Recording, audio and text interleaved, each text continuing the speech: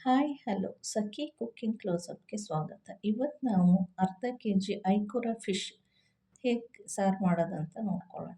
ಇದಕ್ಕೆ ನಾವು ಒಂದು ಬಾಣಲೆ ಬಿಸಿಗೆ ಇಟ್ಕೊಂಡು 4 ಟೀ ಸ್ಪೂನ್ ಅಥವಾ 2 ಹಿಡಿ ಧನಿಯಾ ಹಾಕ್ಕೊಂಡು ಇದನ್ನ ಸ್ವಲ್ಪ ಚೆನ್ನಾಗಿ ಫ್ರೈ ಮಾಡ್ಕೋಬೇಕು. ಆಮೇಲೆ ಇದಕ್ಕೆ 1 ಟೀ ಸ್ಪೂನ್ ಕಾಳು ಮೆಣಸು ಸೇರಿಸ್ಕೊಂಡು ಎರಡನ್ನೂ ಚೆನ್ನಾಗಿ ಫ್ರೈ ಮಾಡ್ಕೋಬೇಕು. ಇದು ಫ್ರೈ ಆದಮೇಲೆ ಈಗ ಒಂದು 1/4 ಟೀ ಸ್ಪೂನ್ ಮೆಂತ್ಯ ಸೇರಿಸ್ಕೋಬೇಕು.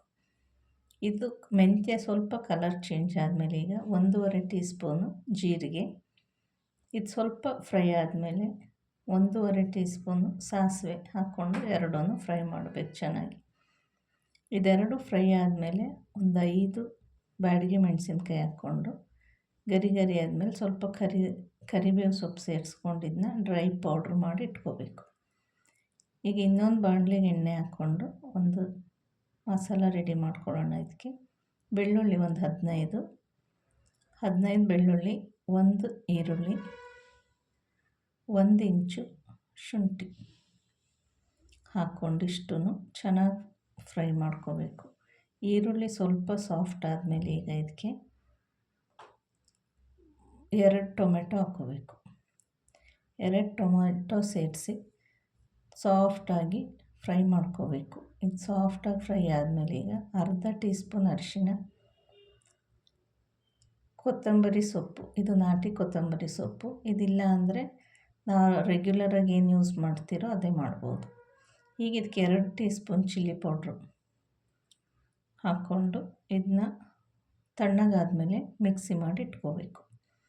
ಈಗ ಬಾಣಲಿಗೆ ಎಣ್ಣೆ ಹಾಕಿ ಒಂದು 15 ml ಆಯಿಲ್ ಹಾಕ್ಕೊಂಡು ಬಿಸಿ ಆದಮೇಲೆ ಅದು ಚಿಕ್ಕದಾಗಿ ಕಟ್ ಮಾಡಿರೋ ಒಂದು ಈರುಳ್ಳಿ ಸೇರಿಸ್ಕೋಬೇಕು. ಈರುಳ್ಳಿ ಸ್ವಲ್ಪ ಟ್ರಾನ್ಸ್ಪರೆಂಟಾಗಿ ಕಲರ್ ಚೇಂಜ್ ಆದಮೇಲೆ ಚೆನ್ನಾಗಿ ಹುರ್ಕೋಬೇಕು ಇದನ್ನ. ಇದು ಕಲರ್ ಚೇಂಜ್ ಆದಮೇಲೆ ಈಗ ನಾವು ರುಬ್ಬಿರೋ ಮಸಾಲ ಸೇರಿಸ್ಕೋಬೇಕು ಇದಕ್ಕೆ.